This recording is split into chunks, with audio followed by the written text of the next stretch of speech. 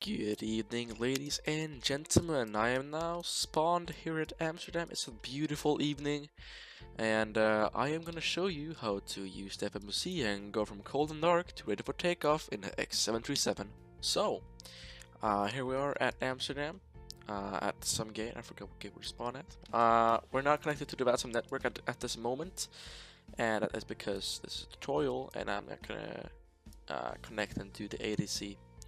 I might do that tutorial on another video sometime. We'll see about that. This is an American, November 908, November. And I am gonna show you, like I said, how to set up the FMC and go from cold and dark to ready to go. So, if you have spawned an aircraft like this, customize, and you uncheck the box that says the engine's running, you have done the correct thing.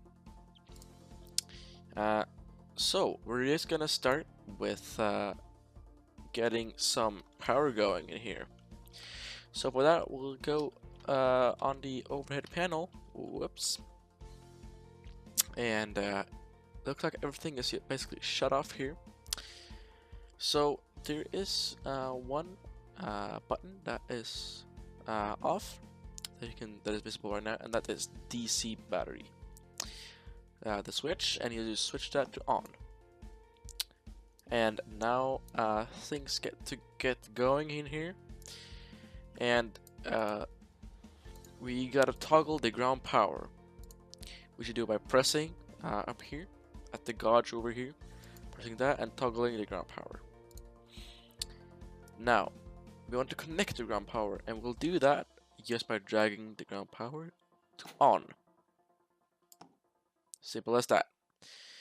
And now this place should be getting going, and yeah, the nav displays should be coming live soon. It's just aligning the irises. You don't need to do that because there is no iris switch over here, so you'll need to do that. It will do that automatically, which is pretty nice. The IRS is where the aircraft positioning is, and it will locate that by the FMC. So that's pretty easy to set up. Want the jaw correction? We want to turn on the fuel pumps on now, and by default the center fuel pumps will be at 0, and therefore the pumps will be at off. But if you want to load some fuel, you will just make a fuel request that you will do here. And the carrier for today is American. The tail number is not number 908, November. We're at Amsterdam Airport. The captain is Alexander. Whoops. Alexander Lundholm. We don't have a first officer today, so we'll just leave that blank. Let's do fuel today. Let's just make a full load, just because why not. The date today is the 25th of September 2018. Now if you would like to do a real-time fuel, that would take quite a while, so we're just gonna do an unlisted thing and just do a quick review. We now have 20.8 tons on board, and yeah, we're ready to go. And now you can switch on the center fuel pumps because there is fuel in the center, and then the low pressure will go away. Perfect. Let's continue. We gotta switch on the hydraulic pumps, and then you will hear some the hydraulic pumps go online. And next up is the pilot heat, the probe heat, and the window heat. We're almost done. Let's switch the yaw damper on, just so that that goes away. Perfect. APU bleed can come on. Let's actually switch on the APU. Left pack can come off and right pack can come off. Just to maintain some realism, let's switch the fasten seatbelt signs on. The emergency lights should be armed. Not set to off, not set to on, it should be armed. We are almost done with the overhead panel. Do not switch on the APU yet. We still haven't figured out the FMC yet. So let's actually start by doing that. It will probably say nav data out of date, and that's because the AirRack hasn't been updated. The AirRack cycle is the navigation data for your FMC, for the flight management control, and that's needed just for the aircraft to maintain its nav position and the waypoints, which you can check in the navigation display. You just press waypoint and they will all come up. When you're done with that, you want to go to database. You want to put the ident to the airport you're at, so the ICAO of the airport you're at. So it will be Echo Hotel Alpha Mike in this case. Comes the tricky part, because you will need to have a route, and you can do that route generators like SimBrief, and those will give you a route and a departure and an arrival and all that stuff. And so we want, I have created a test route just to make this tutorial. That is from Echo Hotel Alpha Mike, which is Amsterdam Schiphol, to Echo Golf Lima Lima, which is London Heathrow. Then this pink magenta line will come up and it will show me the way to London Heathrow. Pretty easy. Now here comes the tricky part. You want to enter a route, and you gotta have a route ready.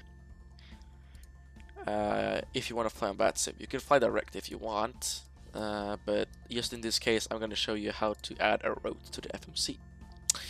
So there is technically no co-routes for the default explain FMC, so we're gonna copy and paste one into X737. So let me just connect real quick, and I can open up a flight plan without sending it. So let's just paste that in there. Sorry about that. So this is the route we'll be using for going from Amsterdam to London. Alright, pretty easy. We're gonna go direct to Gorlo, then by Uniform Lima 980, want to go to Xaman. Right, perfect. I'm assuming Lima 980 via that route all the way to Logan. Now, this does not come up on our navigation display yet, so he's going to press execute and it will all come up. Perfect. This is the path that the LNAV will be following. Go to departure and write DEP-R, which stands for departure and arrival. Remember the goal to November? This one? This is the departure we're gonna be following. So departure, check SimBrief for the departure runway, which is in this case runway 09, and for goal to November. Execute that, and you will have an arrival in your route. Go all the way to flight plan again, and go to VNAV. Now, you want to check that the climb is set, which it should be, and you're gonna set your cruising altitude to whatever, for example, SimBrief or like what's your desired. And for this video, I will be flying on cruising altitude 24,000 feet. So flight level 240.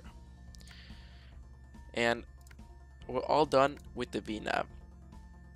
Now we're done with the route, so we can cancel that and disconnect from X737. Unless you want to do a VATSIM flight, then it's perfectly fine.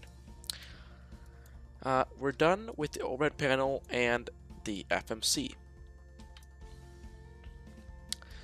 So what we'll do now is we'll switch on the APU, disconnect the ground power, just toggle down ground power. We'll call for pushback. Okay, I'll send the push card. If you would like, you could switch the to this to Tara and press ident. You You could also check traffic and terrain, just so that you can see other aircrafts on your navigation display and occasional terrain. Auto brake should be set to RTO, and altitude should be set to the altitude that's in your FMC, otherwise it won't climb. So you set that to, in my case, 24,000 feet. And we're just gonna push back and we're done. So let's just put the fuel to idle and start engine number 2 or 1 at your own desire. You can hear the engine start, and in some cases the push cart is very cheap on where he wants to put us, but in this case it puts us yeah, no, that's not oh, damn it. Alright, doesn't matter, we're just stopping here anyway. Start engine number 1 and set the flaps to, let's say, to 5 degrees. So that was my tutorial on how to set up the x737 FMC, which also works for the default 737. But I do recommend the x737 as the VNAV and LNAV actually work. Thank you for watching, and I'll see you guys in the next video.